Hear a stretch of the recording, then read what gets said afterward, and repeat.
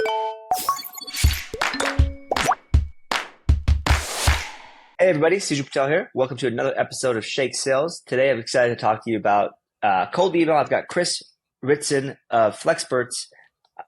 This guy runs a cold email mastery program and a whole lot of stuff. And he's been doing. How many customers do you have, or how many cold emails have you generated or sent?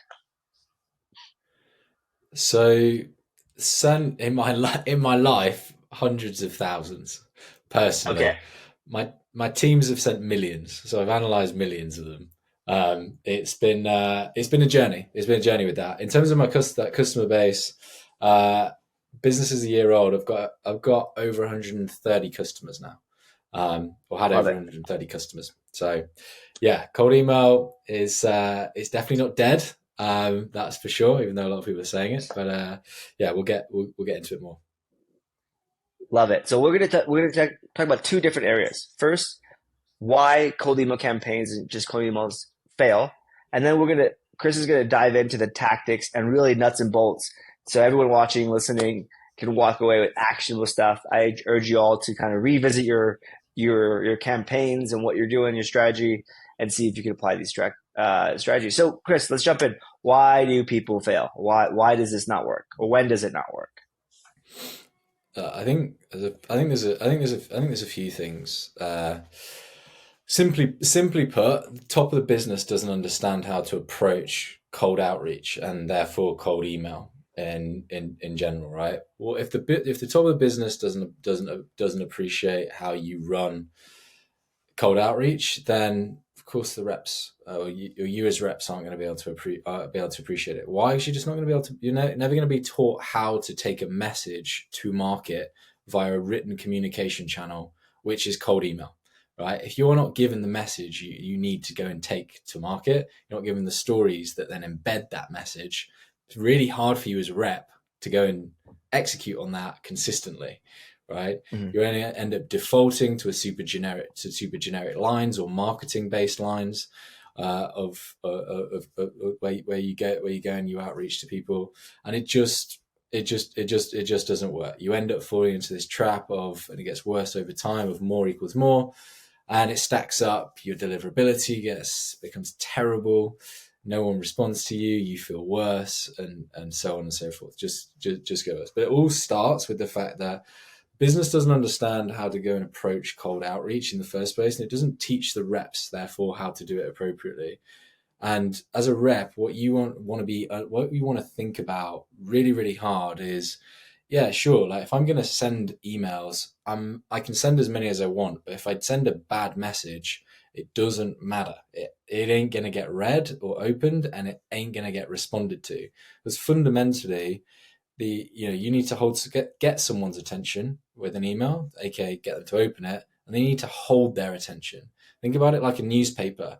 You pick up a newspaper, what articles get your attention? And then when you start reading it, if it's a load of rubbish, you don't read the whole article, so you're never going to respond, right? It's the same sort of concept. But it's got to start there. Like, how are we supporting reps at the top of the business with very simple go-to-market messages that they can go and take and try with prospects?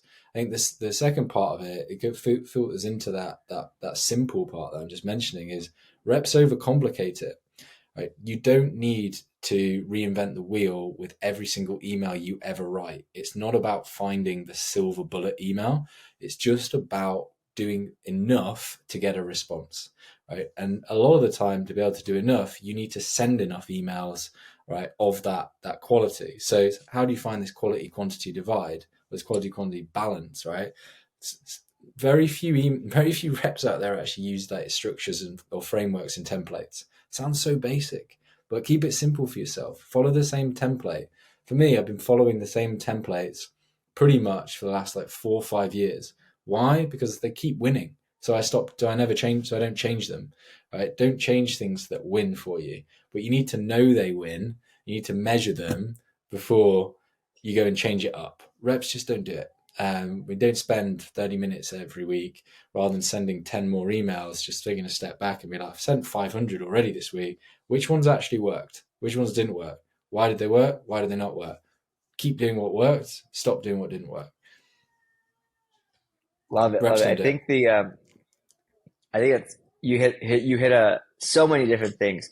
I think the biggest pain point I see from we've got 50,000 users and millions of emails sent a month, and the most common issue today, still after being in business for 7 years, in which we have a whole team dedicated to do fix this problem, which is the copy is bad, the messaging is bad, the yeah, they might have a deliverability issue, or like they might need to like a bunch of other things. But if your message is bad, you could spend you could send as many emails as you want. It's never going to work, right? So I want to dig into like how do you come up with the right messaging? Like where do you start, or how do you go about kind of getting off the ground?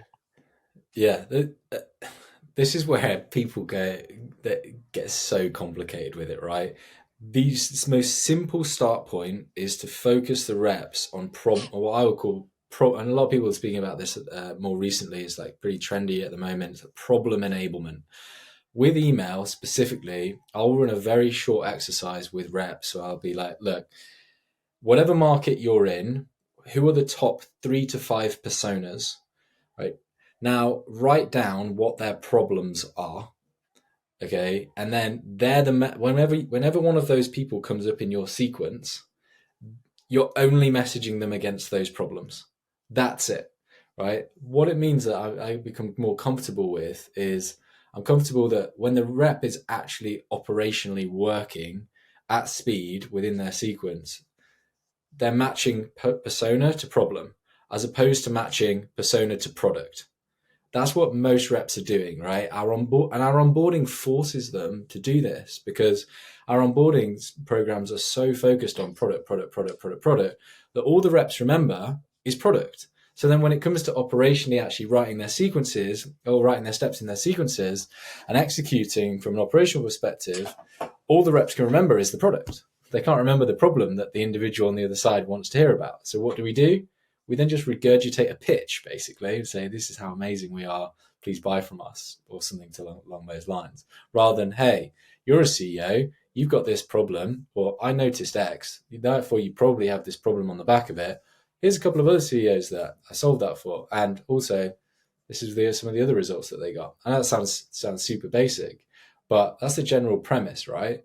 Of like, lead with the problem, but the reps don't know the problem in the first place. So cut it all the way back to just what are the 3 main problems this persona has, right? And then get them to start writing and practicing writing email on the back of it, or LinkedIn message as well, right? Like, but primarily, whatever written communication that they're sending out, can they lead with the problem or focus on the problem first? The acid test is when you ask a rep, hey, what are the 3 problems this person has on a day-to-day basis, the biggest problems? I'm saying 95% of reps out there don't know that, or they can't answer that question. Yeah, that makes sense. When we first started our outbound sales efforts, we spent about 90 days identifying the problem and Yeah, interviewing our customer, like hundreds of interviews and conversations to just get to the real problems. What was really eye-opening from my perspective was we knew 10, 20 different problems people could face. And we had a hunch of what we think they face. Then there's what they face. And it was very different than what we thought. So yeah, if we were to go out with our best idea of the problem, and the reps our customers facing this issue, you see the misalignment, right? So just understanding the problem is so important. And then Chris, you brought up a good point earlier, which is like, if the business doesn't understand the problem or understand it, and you give it to 10 reps who don't understand the problem, now you've got 10 folks just spraying a bunch of people with stuff that's not super relevant. yeah, exactly. And here's like one of the most underestimated people in a business from a salesperson's perspective for me is the product manager or head of product, because they are the people who are able to articulate the problem probably the best, that people are facing right now. Why? The bigger the org, the more the things like product interviews, things like that are going to be like specialized just within the product team, outside the founders, etc. But sales is like so disconnected from product. The question that Hmm. I often will ask is like, why are we building X product? Cool, we're building it to solve X problem. Whereas what most salespeople will get at the front line is, we've just launched this new product feature. But actually what they need to be thinking about is, what are we solving on the back of launching this new thing? Or what are we solving on the back of launching this bloody business in the first place? Hmm. Right?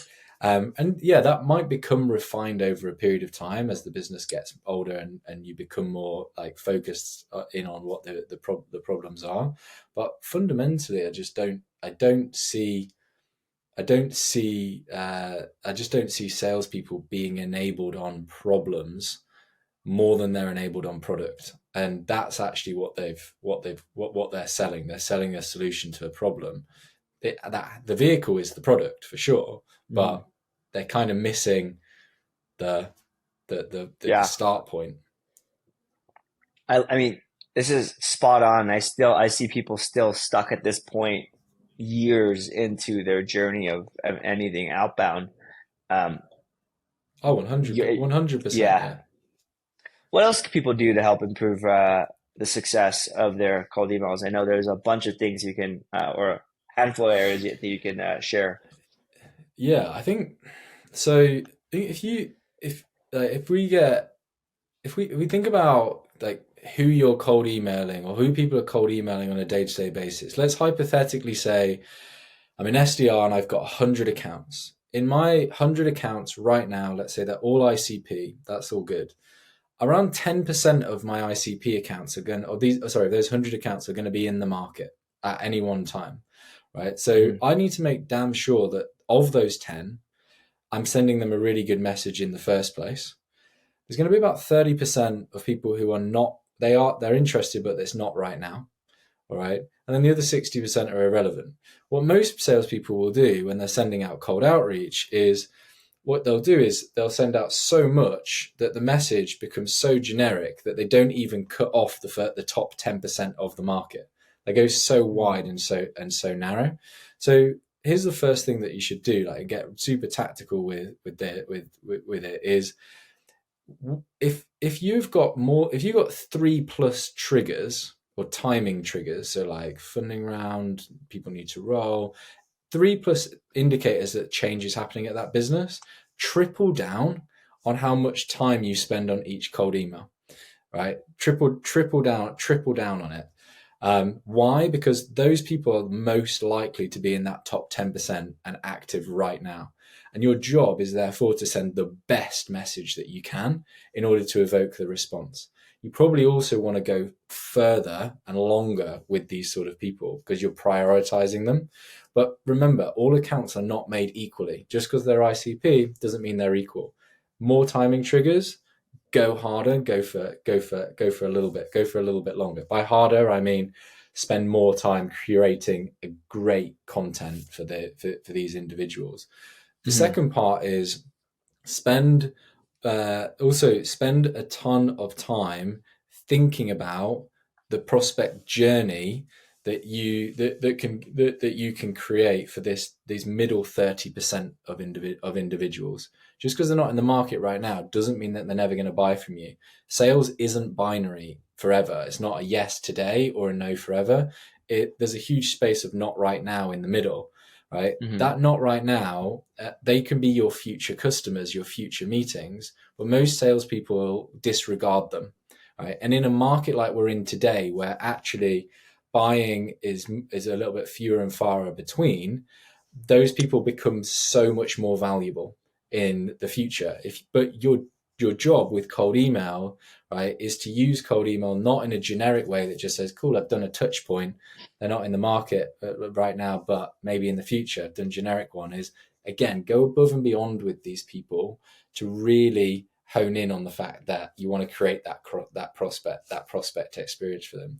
I know that sounds like quite like semi theoretical in some ways, but you've got to think about your prospect list as everyone is not made equally within this. And I therefore need to spend more time writing emails to the people at the top that are showing me that actually they're more likely to be in the market than necessarily other people. That filters into all your modes of channels like email, LinkedIn, whatever. But specifically with email, like, it's a great way of obviously it's a great channel, right? But people book tons of meetings on there. But you're gonna have to split your prospects up, then divide and conquer. And the other parts of this is like, this is just like tactically, you're not trying to reinvent the wheel here with email, right? Use templates use templates and try your go-to-market messaging with these problems that you rinse and repeat for longer periods of time. You don't need to delete your entire sequence or emails every single week. In fact, you shouldn't be doing that. That's bad practice. Instead, if you send 250, 500 emails, spend an hour reviewing your open rates. What got the highest open rates? What got the highest response rates? Why was that the case? Then go and do more of that. No one spends time A/B testing at the front line, but actually it was one of the best things I ever implemented with my teams. Was I actively said to them, for 45 minutes each week, you're not allowed to cold outreach. Why? Because otherwise you're just doing more is more, and you never learn what's winning. I want you to spend time looking at your numbers and teaching yourself how to become more data focused in your decision making. So think about how you can do that. Final top, my favorite tip right now that works really, really well for me actually with written email is everyone chats about writing a PS on the end and getting creative there. Actually, I found the most effective thing to do with PS is drive people back to other steps that you've already done in your PS. So for example, PS, just left you a voicemail from this number, right? And it gets them to go and, or the chances are they're more likely to go and listen to the voicemail. They listen to the voicemail, they're more likely to know me, trust me, etc. PS, just connected with you on LinkedIn. It'll be from Chris Ritson. PS, just sent you an email with this subject line. PS, all I'm doing is driving them back to other steps. Why? Because I've worked really hard writing those steps or making those calls. I'm going to try and maximize the chances that they still get them. I think there's an interesting stat here, right, folks, with sequences, like maybe like 20-30% max of your steps are actually going to be seen, right? Even if you did a 20-step sequence and sent 20 emails, like the average open rates are like 20-25%. And then of those, how many of those steps are actually remembered by your prospects? How many emails do we remember that we opened yesterday? Probably like 0, unless they were really like emotionally tying in some way. Our prospects are the same. They're reading them and forgetting them, right? So we've got to be there enough times for sure, but we've also got to make sure that when we are there, we're capturing their attention for long enough for them to remember us, and we're consistent with value and with the trust that we're evoking. That's the game. Every step counts in your sequence. Every email counts. Because who knows when they're going to open it? Who knows when they're going to be in the market? That's the game that we're playing, unfortunately. Or fortunately, depends how you look at it. I mean, it's fortunate, right, to have a potential customer base or an audience to go 100%. sell is awesome. But I love the fact that you're talking about like using PS and just emails to re-engage, focusing on engagement versus like an action, right? Like PS, you could book account. Like here's a way to schedule with me. Fantastic. That's a big ask. Versus like I left you a message somewhere else. Just go peek at that, right? Like, and you can actually see. Hopefully that helps you build that trust and further engagement to where when you ask for a call or another thing that they're more likely to want to do it. Yeah, exactly. I think like we're in the attention economy where we're fighting with everyone else for attention. And as a salesperson, think about it this way: if the average person's getting or C-suite person get 121 emails a day in their inbox, then you're not just fighting against other salespeople. You're fighting against their family that's emailing them, their reps that are emailing them, their co-workers that are emailing them, colleagues. You're fighting for some like there's serious fight for attention in the inboxes. I know people call it the war of the inbox at the moment, but like it really, really is. And the job for you is there's three challenges for salespeople with email, in my opinion, is like, do you have the right email in the first place? And then can you get it opened? And that's where like deliverability and your subject lines come in. Mm-hmm. And then once you've got it opened, can you hold someone's attention long enough for them to read it and evoke a response? Like most people, most people don't even get their emails opened in the first place. They don't get past the second challenge. But actually, like, it's really difficult to do the third piece as well. Some standard like mistakes that I will see is, a couple of things here that I'll bring up is, one, we will personalize emails because we're told to hyper personalize, but our managers are never telling us what personalization means, right? For me, a personalized email is something where, I'll bring up an observation.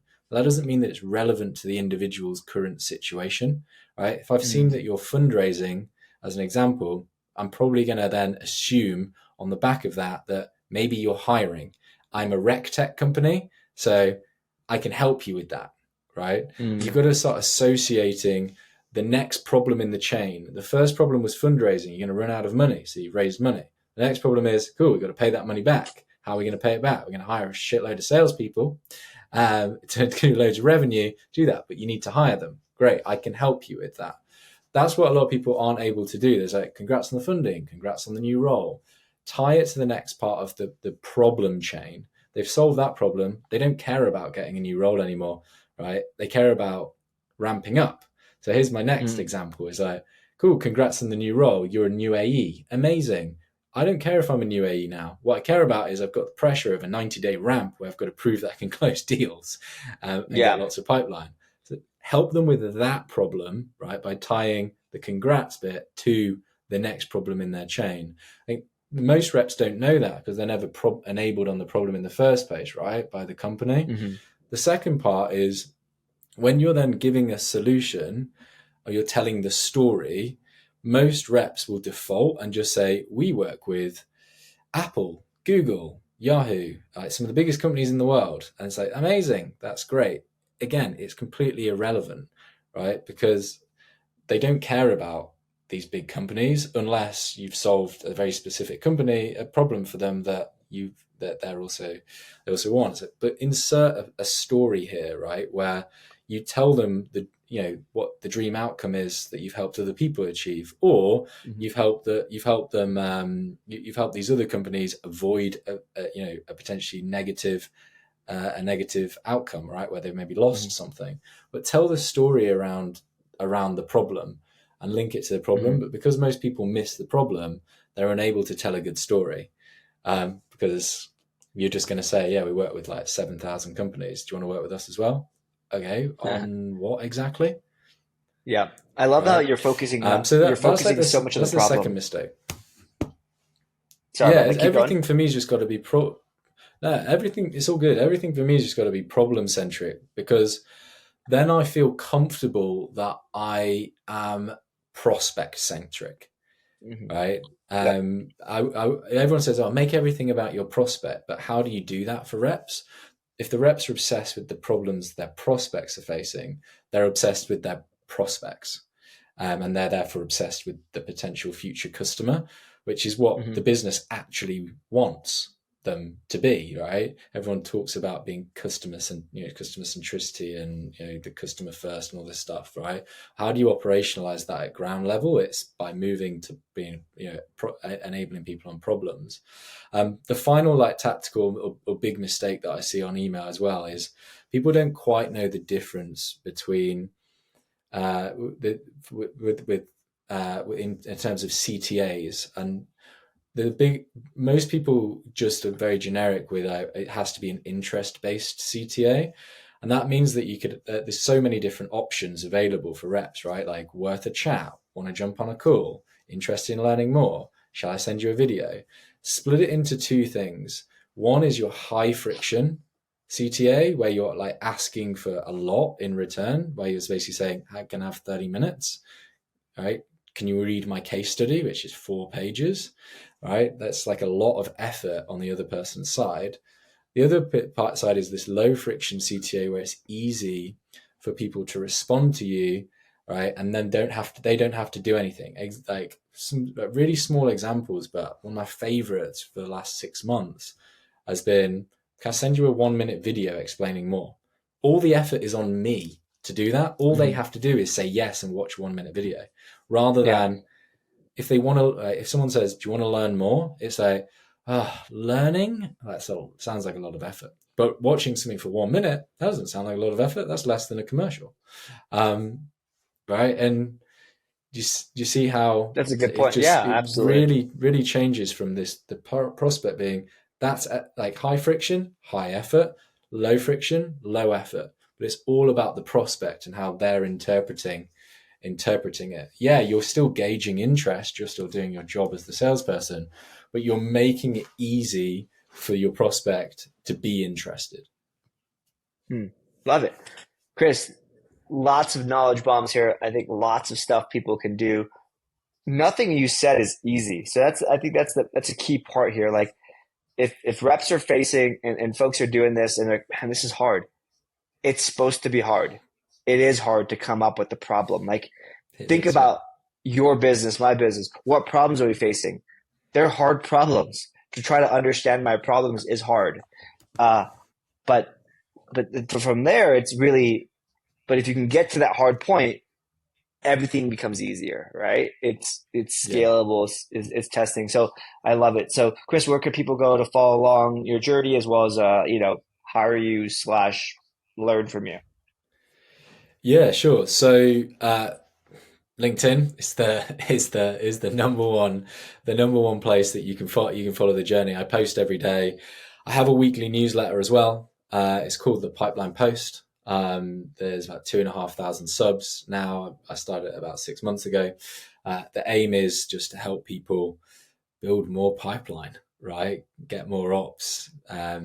Pipeline solves all problems, right? Sales problems, anyway. Love it. So yeah, they're the two places. Yeah, if you want to work with me, just reach out or DM me on LinkedIn, and I'll come back to you as quickly as humanly possible because you're an inbound lead, so I have to react quickly, right? Love it. But yeah, they're the places. But thanks for having me. It's been great. Really appreciate it.